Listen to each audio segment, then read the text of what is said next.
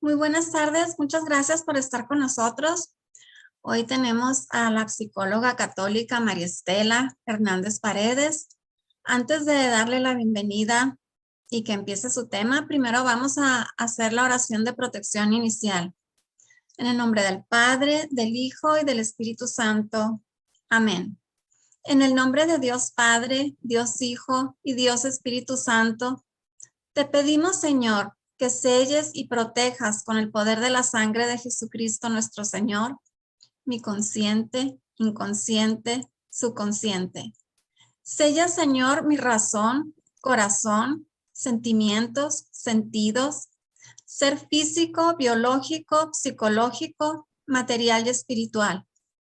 Sella, Señor, todo lo que soy, todo lo que tengo, todo lo que puedo, todo lo que sé, todo lo que amo. Protégeme, Señor, con el poder de la sangre de Jesucristo nuestro Señor. Sella mi pasado, mi presente, mi futuro. Sella, Señor, mis planes, proyectos, sueños, ilusiones, viajes y enfermedades. Sella, Señor, mi persona, mi familia, mis posesiones y mi árbol genealógico. Escóndeme, Señor, en la llaga de la mano derecha de nuestro Señor Jesucristo. Escóndeme, Señor, en la llaga de la mano izquierda de nuestro Señor Jesucristo. Escóndeme, Señor, en la llaga del pie derecho de nuestro Señor Jesucristo. Escóndeme, Señor, en la llaga del pie izquierdo de nuestro Señor Jesucristo. Escóndeme, Señor, en el costado herido de Jesús. Escóndeme, Señor, en el corazón inmaculado de la Santísima Virgen María, para que nada ni nadie pueda provocarme ningún daño. Amén, amén, amén. En nombre del Padre, del Hijo y del Espíritu Santo. Amén. Y ahora sí, le damos la bienvenida a la psicóloga María Estela Hernández. Bienvenida, María Estela. Muchas gracias, Marisa. Buenas noches a todos o buenas tardes, depende en qué lugar nos encontremos. Aquí es buenas noches ya. El día de hoy vamos a hablar sobre las oraciones imperativas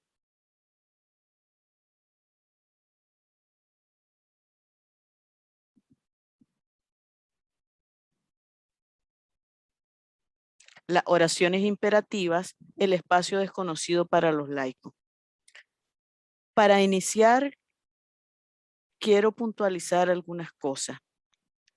La vida de nosotros los cristianos, los católicos, va acompañada de un proceso formativo permanente. ¿Eso qué quiere decir? Que a la par de nuestro proceso de conversión de todos los días, de toda la vida, continuamos formándonos todos los días. Esto es importante porque en la medida que nosotros nos reconocemos pequeños, en esa medida la gracia del Señor puede ir actuando en nosotros. Vamos a trabajar este tema pensado desde la Sagrada Escritura y el magisterio de la Iglesia. Vamos a tener como dos pilares de los que vamos a iniciar y con los que vamos a concluir. Primeramente, el pasaje de Marcos 6:7, pero también lo podemos encontrar en Mateo 10:8. Llamó a los 12 y comenzó a enviarlos de dos en dos, dándoles poder sobre los espíritus inmundos.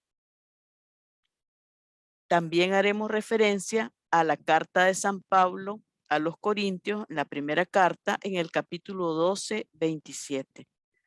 Ustedes son el cuerpo de Cristo y cada uno en su lugar es parte de él.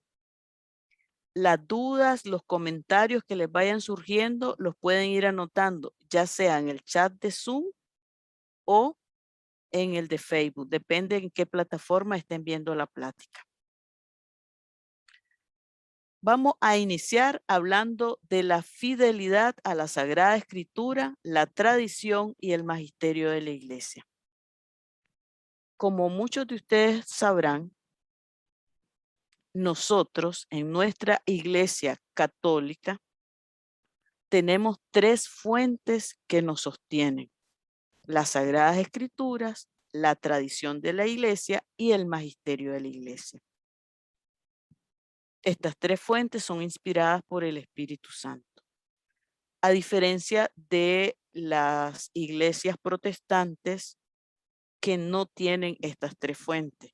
Generalmente lo que tienen es únicamente interpretación de la Sagrada Escritura, pero no cuentan con la tradición ni con el magisterio de la iglesia. En este sentido, vamos a hablar la Sagrada Escritura, identificándola como palabra de Dios,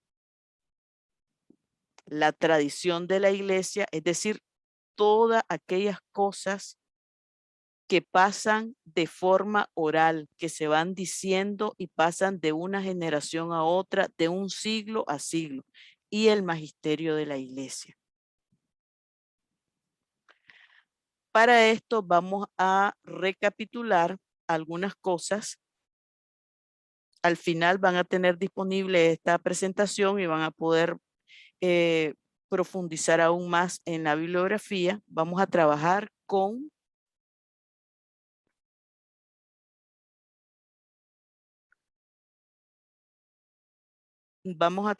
¿se ve bien?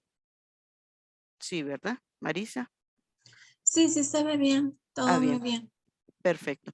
Entonces vamos a iniciar nuestro análisis desde el Concilio Vaticano II. En este momento vamos a trabajar la Constitución Dogmática Dei Verbum, que trata sobre la divina revelación, específicamente el capítulo 2, que tiene que ver con la transmisión de la revelación divina. En el inciso 10 nosotros leemos: la Sagrada Tradición, pues, y la Sagrada Escritura constituyen un solo depósito sagrado de la palabra de Dios, confiado a la iglesia. Fiel a este depósito, todo el pueblo santo, unido con sus pastores, en la doctrina de los apóstoles y en la comunión, persevera constantemente en la fracción del pan y en la oración, de suerte que prelados y fieles colaboran estrechamente en la conservación, en el ejercicio y en la profesión de la fe recibida. ¿Qué quiere decir esto? Nosotros en nuestra iglesia no hacemos interpretaciones antojadizas de la Sagrada Escritura. No. Nosotros confiamos en el magisterio de la iglesia, confiamos en la tradición de la iglesia y respetamos en ese sentido la autoridad de los sucesores de los apóstoles, que en este caso son los obispos. Y ustedes dirán, ¿y por qué hacemos eso? Porque el primer concilio en el que estaban en los primeros tiempos de nuestra iglesia es cuando se deciden los libros que forman parte de nuestra Biblia católica. Ustedes lo saben, pero lo recordamos, la Biblia es un conjunto de libros, no es un solo libro. Ahí vamos a tener libros organizados en 2 grupos fundamentales que son el Antiguo Testamento y el Nuevo Testamento. Continuamos siempre en lo relativo a la interpretación. El oficio de interpretar auténticamente la palabra de Dios escrita o transmitida ha sido confiado únicamente al magisterio vivo de la iglesia, cuya autoridad se ejerce en el nombre de Jesús. Este magisterio evidentemente no está sobre la palabra de Dios, sino que la sirve enseñando solamente lo que le ha sido confiado por mandato divino y con la asistencia del Espíritu Santo. La oye con piedad, la guarda con exactitud y la expone con fidelidad. y desde este único depósito de la fe saca todo lo que propone como verdad revelada por Dios que se ha de creer. Esto es importante. Nosotros estamos en una iglesia que es madre y maestra. Y en ese ejercicio del magisterio, es decir, en esa enseñanza permanente de la iglesia hacia todo el pueblo de Dios, asegura que la interpretación de la Sagrada Escritura sea exacta y esté de acuerdo a la revelación del Espíritu Santo. Por eso es que nuestros pastores, los obispos, nos orientan que cuando compremos una Biblia tengamos el cuidado de que sea una Biblia católica y que además tenga comentarios en los pies de página, de manera que nos vayan iluminando nuestra oración personal, nuestro estudio, y no nos vayamos a confundir haciendo interpretaciones libres como hacen los hermanos separados. Evidentemente, por tanto, que la sagrada tradición, la escritura y el magisterio de la iglesia, según el designio sapientísimo de Dios, están entrelazados y unidos de tal forma que no tienen consistencia el uno sin el otro y que juntos, cada uno a su modo, bajo la acción del Espíritu Santo, contribuyen eficazmente a la salvación de las almas. Nosotros como católicos no podemos entender la Sagrada Escritura sin la tradición y sin el magisterio de la iglesia. Imposible, imposible. Porque nuestra iglesia, eso es lo que nosotros creemos y confiamos porque es nuestra fe, está basada en el cimiento directo de los 12 apóstoles, de la elección de Jesús.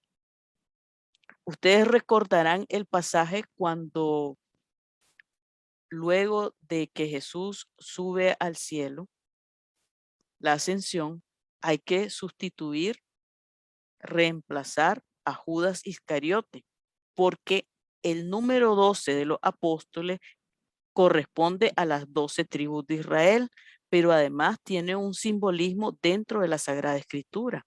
Entonces se reúnen los 11 apóstoles, piden la luz del Espíritu Santo y establecen unos criterios que debe cumplir el próximo obispo, es decir, el próximo apóstol. Y es así como eligen al nuevo apóstol. Todos los hechos de los apóstoles, vamos a trabajar ya, vamos a ver los relatos de 12 apóstoles nuevamente y ellos empiezan a trabajar. Y durante todas las cartas de San Pablo, de San Pedro, la carta a los hebreos, las cartas a San Juan, vamos a ver todo el recorrido de la iglesia naciente. Muchas cosas se pasan por la tradición, por las costumbres, otras cosas la Sagrada Escritura, pero inicia el magisterio de la iglesia, ordenando, explicando, enseñándole a los fieles cómo vivir el misterio de la redención. Puntualicemos entonces. ¿Quién interpreta la Sagrada Escritura en nuestra Iglesia Católica? Habiendo pues hablado de Dios en la Sagrada Escritura por hombres y a la manera humana, para que el intérprete de la Sagrada Escritura comprenda lo que él quiso comunicarnos, debe investigar con atención lo que pretendieron expresar realmente los agiógrafos y agradó a Dios manifestar con palabra de ellos. Puntualizo. Dios se manifestó durante muchos siglos a diferentes hombres que se convirtieron en agiógrafos, es decir, escritores sagrados, pero cada uno de ellos escribió de acuerdo a las características de su tiempo, guardando la fidelidad del mensaje, pero en un tiempo específico, en un idioma específico. Entonces, es el magisterio de la iglesia el que nos asegura a nosotros que la traducción que nosotros estamos leyendo, en mi caso en español, es fiel a la escritura que fue escrita en hebreo, en arameo o en griego, dependiendo si estamos hablando del Antiguo o del Nuevo Testamento. Esto es importante, no es que a mí se me ocurrió y voy a hacer una interpretación, no, yo necesito por eso entender en qué momento histórico estaba el que escribió la palabra de Dios para entender por qué se refiere en ese lenguaje y no en otro. Puntualicemos aún más, seguimos siempre con Vaticano II, con la Constitución Dei Verbum. Para descubrir la intención de los agiógrafos, es decir, de los escritores sagrados, entre otras cosas, hay que atender a los géneros literarios. Y aquí hago una puntualización que la sabemos, pero no debemos perder de vista. La Biblia no es ni un libro histórico, ni un libro científico, ni un libro de geografía. Es palabra de Dios. Es un conjunto de libros que transmiten un mensaje de salvación. Nos hablan de la historia de la salvación. Por eso vamos a tener géneros literarios que nos van a hablar de las leyes. Nos van a hablar de novelas, nos van a hablar de acciones fantásticas, nos van a hablar de parábolas, nos van a hablar de hechos concretos. Con esto quiero decir que las parábolas son ejemplos, pero no son exactamente hechos históricos que sucedieron. Era la manera que se acostumbraba a enseñar en esa época. Por eso Jesús retoma. Recuerden que Jesús es Dios y hombre verdadero, retoma las características de cómo se comunica la gente de su tiempo. No se podía comunicar como nos comunicamos nosotros en el siglo XXI. Era hombre verdadero, nació en una época, en una geografía, en un territorio concreto. Y entonces él se comunica de una manera particular y envía, transmite el mensaje de salvación de forma que lo entiendan las personas con las que se relaciona. Ustedes por eso van a ver la diferencia en cómo escribe Pablo, que había sido estudiado, había crecido en Roma, y cómo escribe San Pedro, que era un pescador de Galilea. Fíjense la diferencia. Los dos hablan de la revelación, hablan del misterio de la salvación, pero tienen formas diferentes de escribir. Si no, miremos las cartas de San Juan o el Apocalipsis. Tiene otro género literario muy diferente y todos son palabra de Dios. Por eso es que nosotros necesitamos el magisterio de la iglesia para tener claridad de poder comprender el mensaje de Dios y no cometer equivocaciones. Entonces decimos, puesto que la verdad se propone y se expresa de manera diversa en los textos del diverso género, histórico, profético, poético o en otros géneros literarios, conviene además que el intérprete investigue el sentido que intentó expresar y expresó el agiógrafo. Ya sabemos que el término geógrafo se refiere al escritor sagrado. En cada circunstancia, según la condición de su tiempo, de su cultura, según los géneros literarios usados en la época. Pues para entender rectamente lo que el autor sagrado quiso afirmar en su escrito, hay que entender cuidadosamente tanto a las formas nativas usadas de pensar, de hablar o de narrar vigentes en los tiempos del agiógrafo, como a las que en aquella época solían usarse en el trato mutuo de los hombres. Si ahorita, en el siglo XXI, fíjense bien, queremos comunicarnos a través de una red, vamos a tener diferentes formas de expresión. Si yo quiero trabajar, comunicarme por Twitter, utilizo un lenguaje de 140 caracteres. Si quiero comunicarme por Instagram, utilizo otra forma. Si quiero comunicarme por Facebook, varían y estamos en la misma época. Ahora imagínense, estamos hablando de una palabra de Dios escrita durante muchos siglos. No es ni siquiera que fue escrita en un solo siglo, muchísimos siglos de diferencia.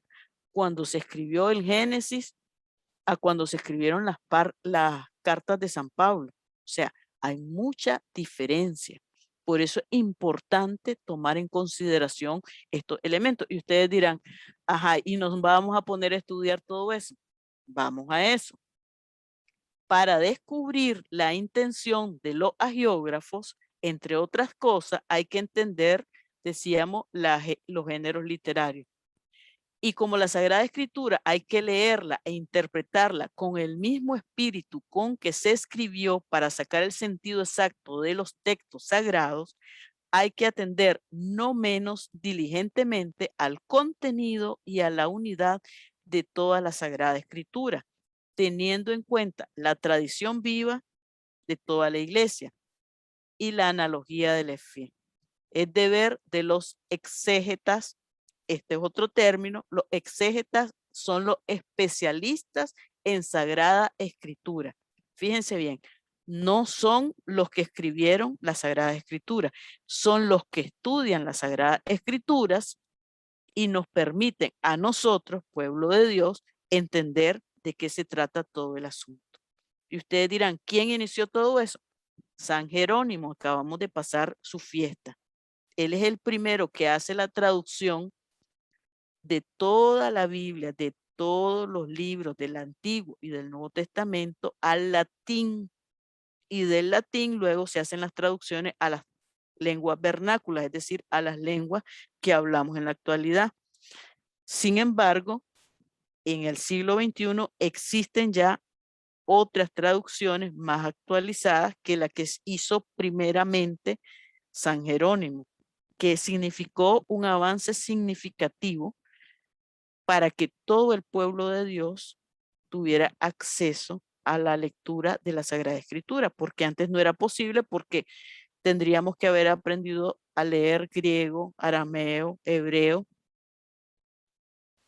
Entonces, los exégetas trabajan según estas reglas para entender y exponer totalmente el sentido de la Sagrada Escritura, para que, como en un estudio previo, vaya madurando el juicio de la Iglesia.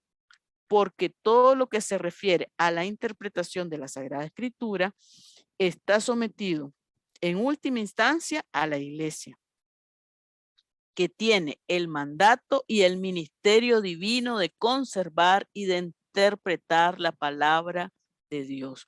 Ustedes recuerdan cuando Jesús les dice a sus discípulos, vayan y hablen de todo lo que han visto, de todo lo que han vivido conmigo.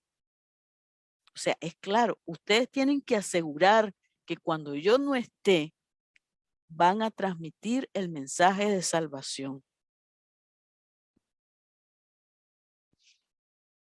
Pasemos al siguiente pilar. Hemos hablado de la tradición. Nosotros en nuestro credo, en las dos versiones del credo, el grande, el pequeño, el de los apóstoles, en las dos versiones nosotros decimos, creo en una iglesia santa, católica y apostólica. ¿Qué quiere decir eso? Pues quiere decir, ahora nos vamos a la Constitución, siempre de Vaticano II, pero esta vez vamos a hablar Lumen Gentium, luz de las gentes. Y así como permanece el oficio que Dios concedió personalmente a Pedro, príncipe de los apóstoles, para que fuera transmitido a sus sucesores, así también perdura el oficio de los apóstoles de apacentar la iglesia, que debe ejercer de forma permanente el orden sagrado de los obispos.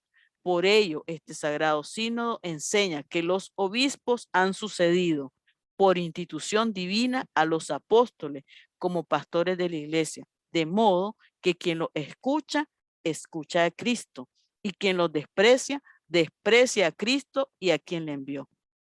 Precisa, clara y contundente esta encíclica, esta constitución dogmática.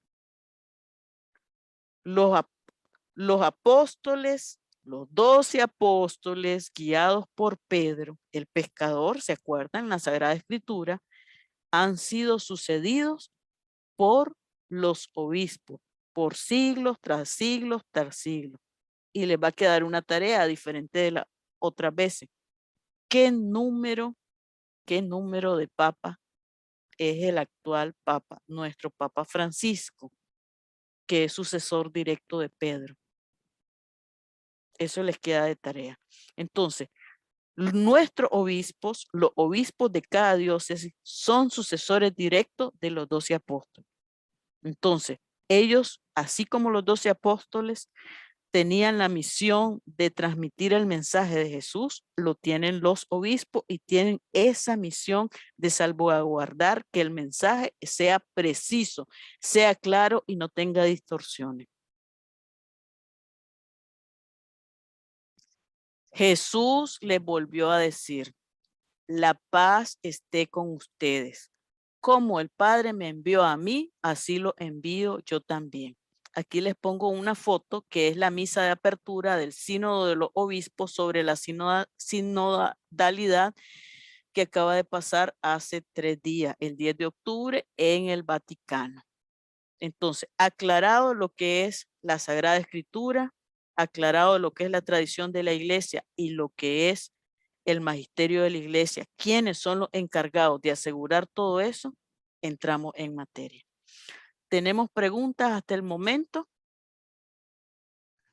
No, María Estela, ahorita no hay preguntas. Muy bien, entonces pasamos a la materia que nos compete. Nos dice Primera de Corintios: ustedes son el cuerpo de Cristo y cada uno en su lugar es parte de él. Recapitulemos. ¿Quiénes son los encargados de la interpretación de la Sagrada Escritura? Los obispos. Los obispos. ¿A quién le da el mandato Jesús de expulsar los demonios? A los 12 apóstoles. ¿Y quiénes son los sucesores de los apóstoles? Los obispos. ¿Se dan cuenta por qué estábamos hablando de la iglesia, de la escritura y de la revelación? Muy bien.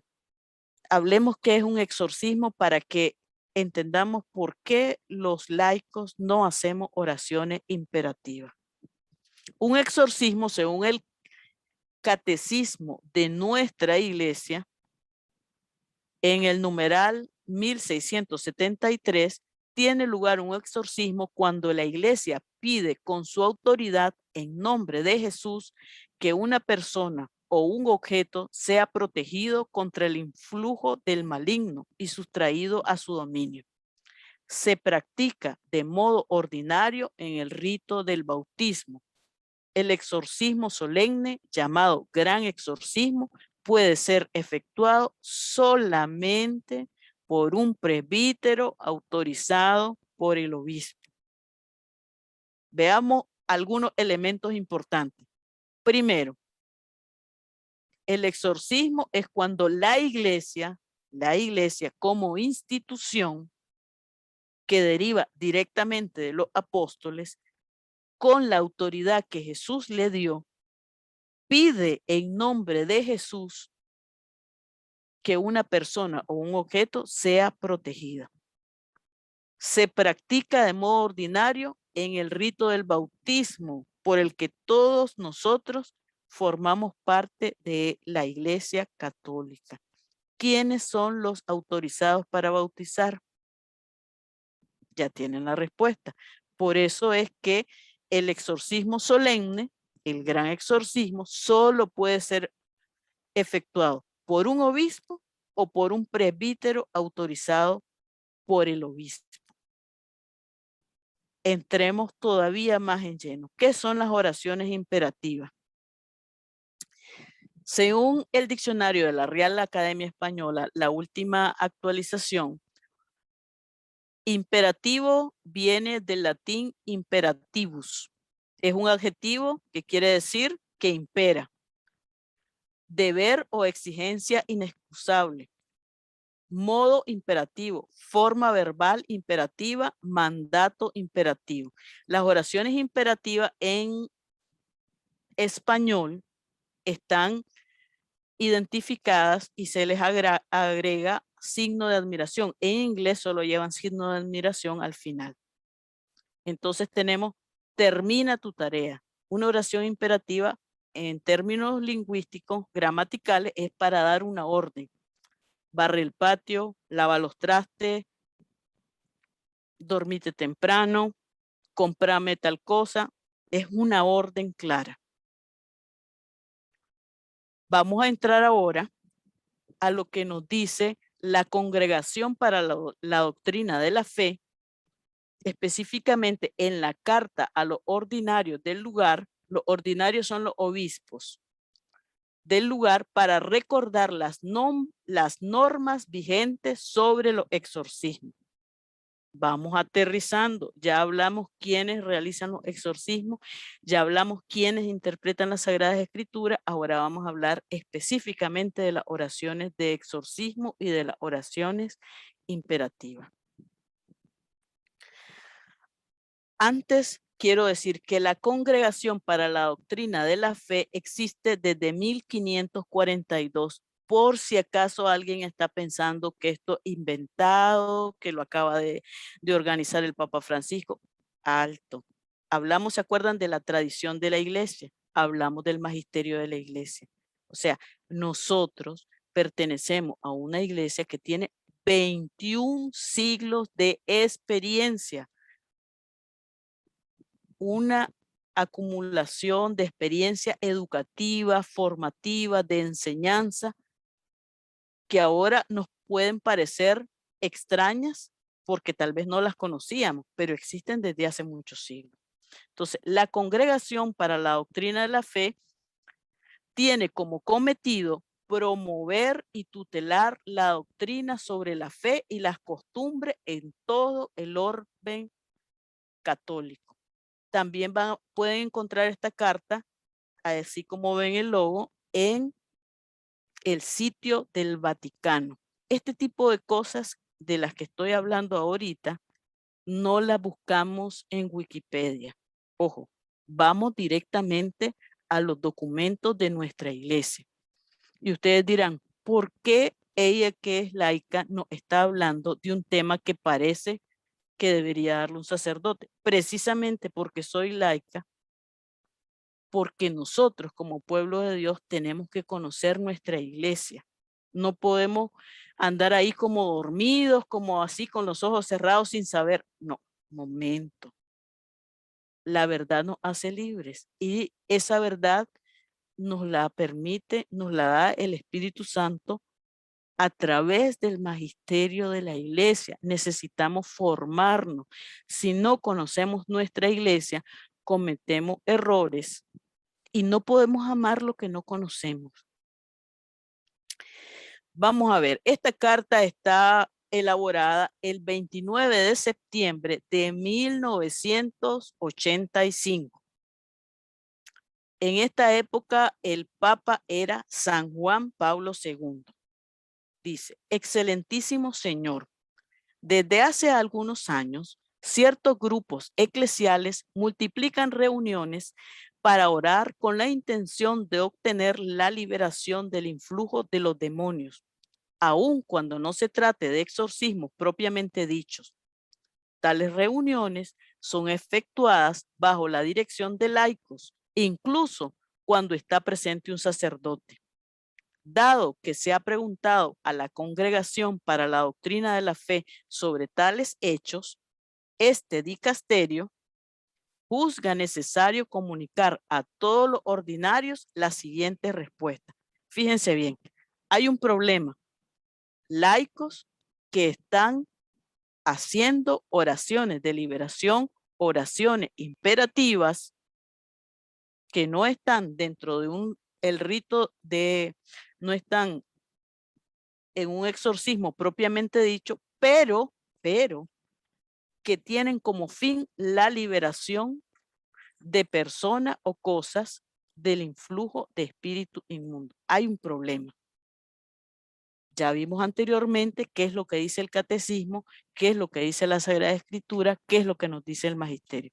Entonces, esta congregación dice, ante este problema, vamos a orientar a los ordinarios, es decir, a los obispos de todo el mundo, de toda la iglesia, en todas las latitudes, la respuesta ante esta problemática. Número 1. El canon 1172 del Código de Derecho Canónico, es decir, las leyes de nuestra Iglesia Católica, declara que a nadie es lícito realizar exorcismos sobre personas posesas, a no ser que el ordinario del lugar haya concedido licencia peculiar y expresa para ello, y determina también que esta licencia solo puede ser concedida por el ordinario del lugar a un presbítero piadoso, docto, prudente y con integridad de vida. Por consiguiente, se invita a todos los obispos a urgir el cumplimiento de estos preceptos. Puntualicemos algunos elementos de esta primera respuesta. Número 1. Nadie puede realizar un exorcismo a menos que el obispo le dé licencia. Y fíjense que aquí incluye a sacerdotes también. Así es, no solo a nosotros laicos, sino a sacerdotes, porque dice, esta licencia solo puede ser concedida por el ordinario del lugar, es decir, por el obispo a un presbítero. No es que a mí se me ocurrió así, yo supe que en tal lugar pasan cosas extrañas y voy a ir. Calma. Necesitamos respetar la autoridad de los apóstoles. Ya vimos anteriormente que los obispos son los sucesores directos de los apóstoles, de los 12 apóstoles de Jesús. Entonces nosotros respetamos la autoridad de los apóstoles porque nosotros creemos en una iglesia santa, católica y apostólica, es decir, que cree firmemente que nuestros obispos, cada obispo en su diócesis, es sucesor directo de los apóstoles. Miremos la siguiente respuesta. 2. De estas prescripciones se sigue que no es lícito a los fieles cristianos utilizar la fórmula de exorcismo contra Satanás y los ángeles apóstatas contenida en el ritual que fue publicado por el orden del sumo pontífice León XIII, León XIII. Mucho menos le es lícito emplear el texto entero de ese exorcismo. Los obispos procuren amonestar a los fieles sobre este asunto cuando sea necesario. Fíjense, en la primera respuesta decía, invitamos a los obispos a, y aquí dice, les indicamos a los obispos que deben amonestar a los fieles que no cumplan este asunto o que por desconocimiento estén rezando esta fórmula de exorcismo que es explícitamente para realizarla solo un obispo o un exorcista nombrado por un obispo. Esto es bien serio, porque agarramos un navegador, un buscador en nuestra computadora, en nuestro celular, descargamos una oración, la empezamos a repetir y no sabemos, no preguntamos, no nos orientamos qué dice el magisterio de la iglesia sobre estas oraciones, quiénes las pueden rezar y quiénes no. A veces se nos olvida que el magisterio de la iglesia no enseña, no asiste, no orienta y que Google no es el magisterio de la iglesia. Veamos la tercera respuesta. Finalmente, por las mismas razones, se ruega a los obispos que velen para que aún en los casos que excluida la auténtica posesión diabólica parezcan revelar algún influjo del diablo, personas sin la debida autorización dirijan reuniones en las cuales se hagan oraciones para obtener la expulsión del demonio. Oraciones que directamente interpelen a los demonios o traten de conocer la identidad de los mismos.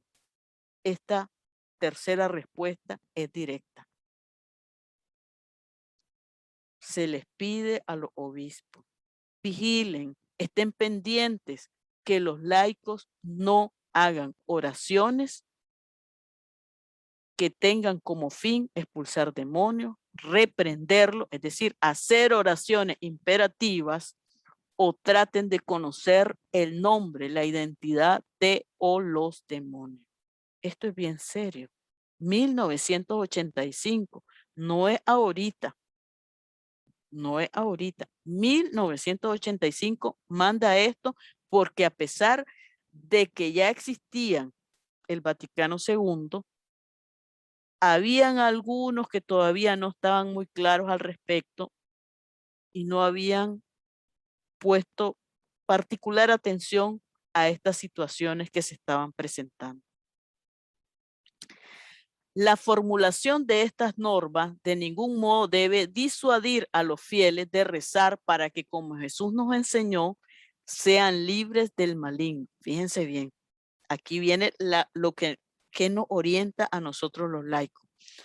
Además de eso, los pastores podrán valerse de esta oportunidad para recordar lo que la tradición de la iglesia enseña respecto a la función propia de los sacramentos y a propósito de la intercesión de la bienaventurada Virgen María, los ángeles y los santos en la lucha espiritual de los cristianos contra los espíritus malignos.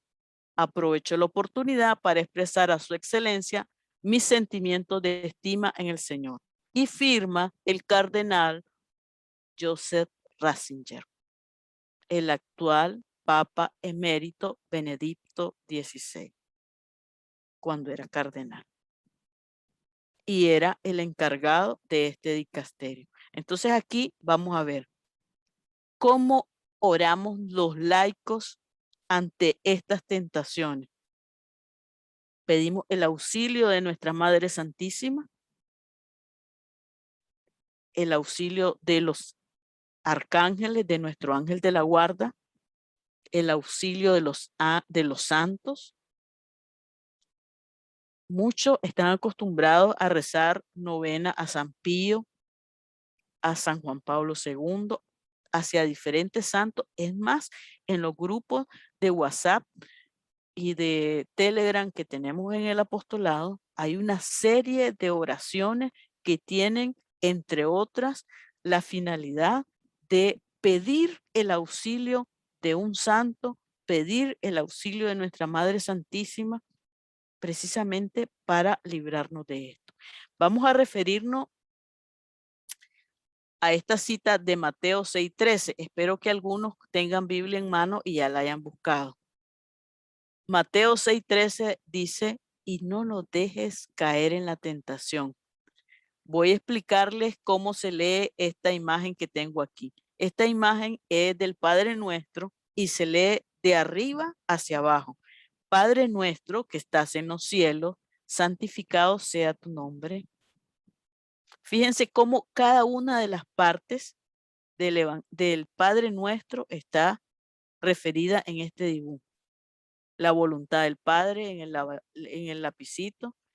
Perdona nuestras ofensas. Aquí está una persona pidiéndole disculpas a otro. Y aquí está el Padre. No nos dejes caer en la tentación. Fíjense, no nos dejes caer en este agujero que simboliza las tentaciones. ¿Por qué a veces se nos olvida que tenemos una madre que ruega por nosotros? Una madre que nos protege. Y se nos olvida también de la asistencia de los arcángeles y de los santos. Se nos olvida. Muchos sacerdotes y muchos obispos ya lo habrán oído, explican con claridad la belleza y la profundidad de un Dios te salve María. Cómo pide uno al saludarle a la Virgen es una alabanza a ella y al mismo tiempo le pedimos que nos proteja ahora y en la hora de nuestra muerte. O sea, le decimos, Madre, tenemos un problema, ven en nuestro auxilio, protégenos, acompáñanos.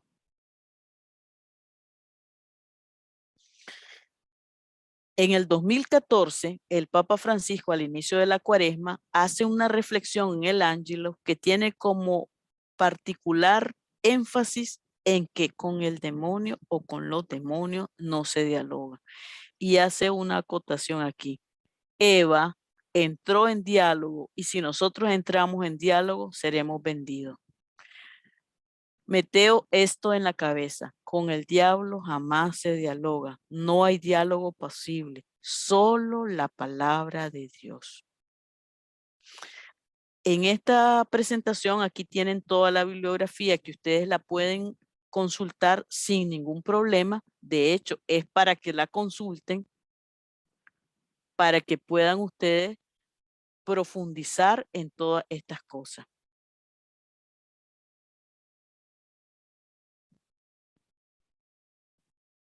Vamos a ver si tenemos. Ajá. El dicasterio es la congregación. Los dicasterios son organizaciones que tiene la iglesia que se encargan de alguna temática en particular. En este momento hemos trabajado el dicasterio que tiene que ver con la fe, con asegurar que todos los fieles católicos estemos pendientes de lo que es la fe y que no nos vayamos a dispersar o creer cualquier otra cosa.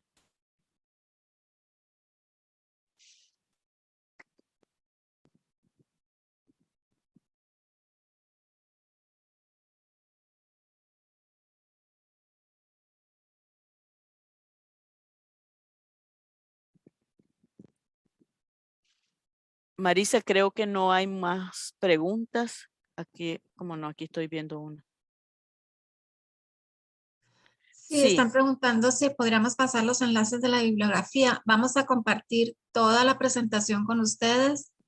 La vamos a estar pasando en todos los grupos de WhatsApp y en el Facebook y en YouTube. También se va a poner la grabación de este tema en todos lados para que la puedan volver a ver y compartir.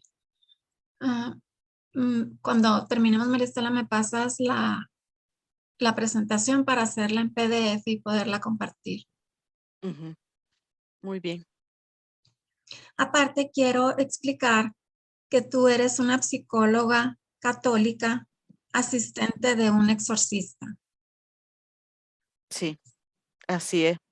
Yo trabajo exactamente en mi diócesis y por eso sé que la obediencia a nuestra iglesia como madre y maestra es fundamental.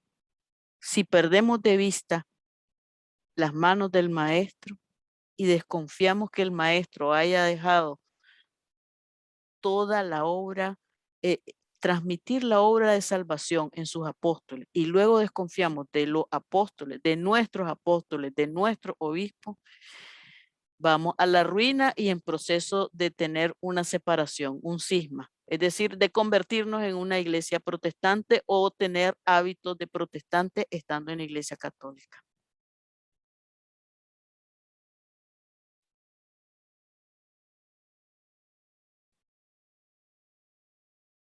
Así es. No lo quería decir Fátima, pero es verdad.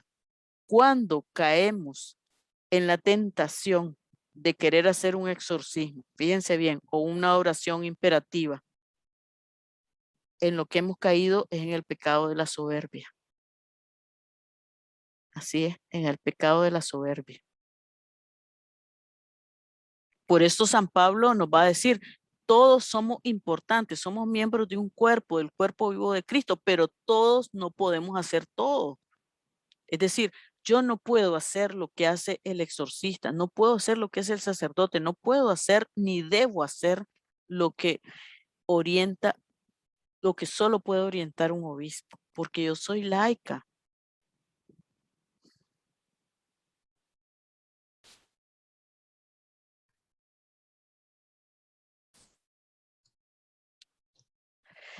A ver, las oraciones que recomendamos son aquellas oraciones que tienen que ver con súplica.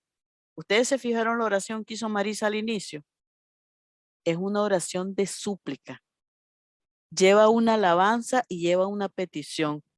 Pide al Dios trino y uno que nos proteja de tal cosa, y va enumerando las cosas en las que pide la protección, pero además solicita el refugio del amor inmenso de Dios y empieza a enumerar las llagas de Jesús y dice, guárdame, escóndeme.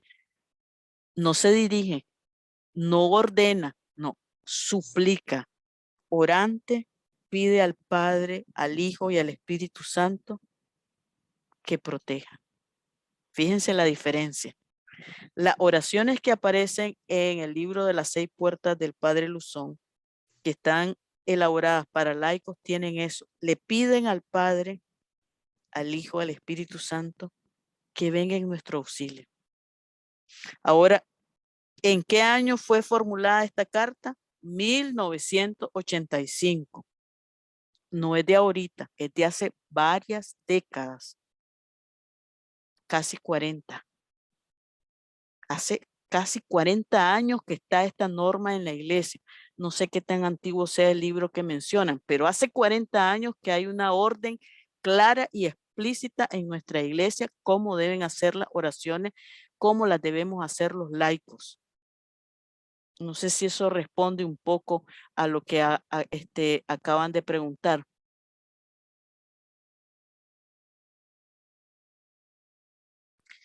Yo no tengo idea por qué algunas personas, si son laicas, continúan haciendo esto o no. Yo lo único que les puedo decir, nosotros, laicos comprometidos, que creemos en una iglesia santa, católica y apostólica, nos regimos por el magisterio de la iglesia, la Sagrada Escritura y la tradición de la iglesia. No por un libro, por alguien que nos contaron, no. La tradición, el magisterio, la Sagrada Escritura. Si yo confío en que los obispos son los sucesores de los apóstoles, entonces yo confío plenamente en que la orientación que dan los obispos es la que debo seguir para estar dentro de mi iglesia. Nuestra iglesia no es que bueno, yo creo en Dios Padre, Dios Hijo, Dios Espíritu Santo, pero no creo en la iglesia. Momento, nuestro credo tiene los elementos constitutivos de nuestra fe. No es que yo creo en esto y no creo en esto. No, creemos en todo. Es un conjunto que nos identifica en nuestra fe católica y en la que nosotros confiamos plenamente, que está basada en la tradición y la enseñanza de los apóstoles, a los que Jesús mismo, estando en esta tierra, les dio el mandato de ir y evangelizar.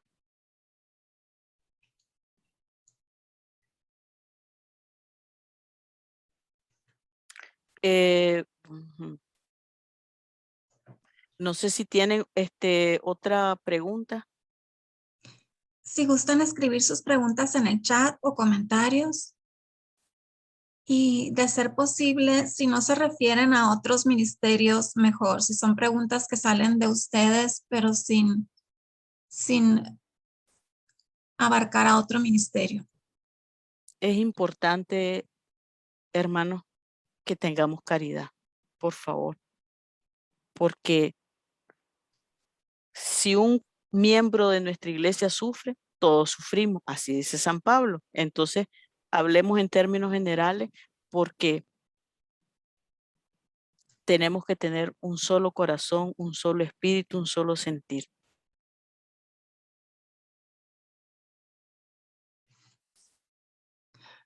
Pues parece que ha quedado todo muy claro, Maristela. No veo más preguntas aquí Ni en Facebook. Ni en Facebook, no. Sí.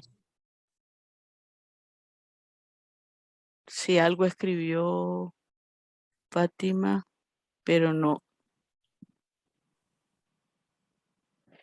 Que si hay oraciones para comparar.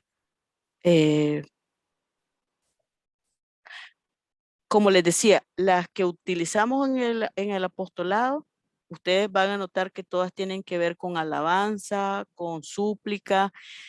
Cuando hay una orden directa en que yo te ordeno o yo te exijo en nombre de Jesús hacer tal cosa, esa es una oración imperativa. Pero mientras yo digo, Padre del cielo, te pido tal cosa, líbrame de tal cosa, esa es una oración de súplica. O cuando decimos, Señor, te alabo y te bendigo por tal cosa, tal, empieza una alabanza. Señor, te pido que me protejas, que me guardes, que me cuides. Eso es una súplica.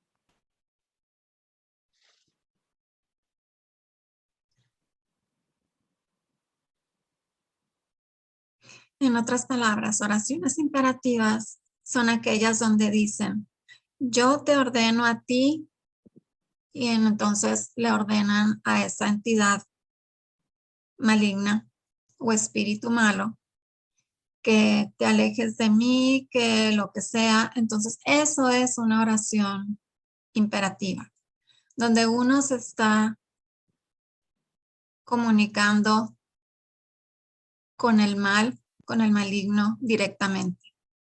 ¿No es así, María Estela? Exactamente, exactamente. Y de hecho, los exorcistas no se comunican tienen sus fórmulas particulares. Por eso es que tampoco cualquier sacerdote sin la autorización de un obispo y sin la preparación tampoco hace eso, porque ellos tienen también unas líneas específicas orientadas para tal cosa. Tampoco crean que es así a la loca, a mí se me ocurre. No, hay que evitar ver películas que ponen este asunto de manera caricaturesca y no seria, porque aquí lo más importante es la gracia de Dios que actúa. Eso es lo más importante. Dios. Nosotros nos dirigimos a Dios.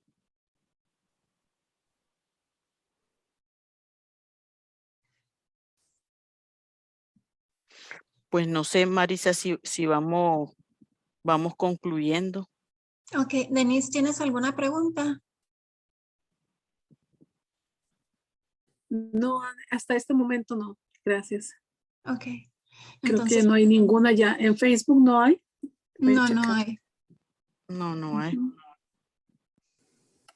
Bueno, pues creo que el tema quedó muy claro.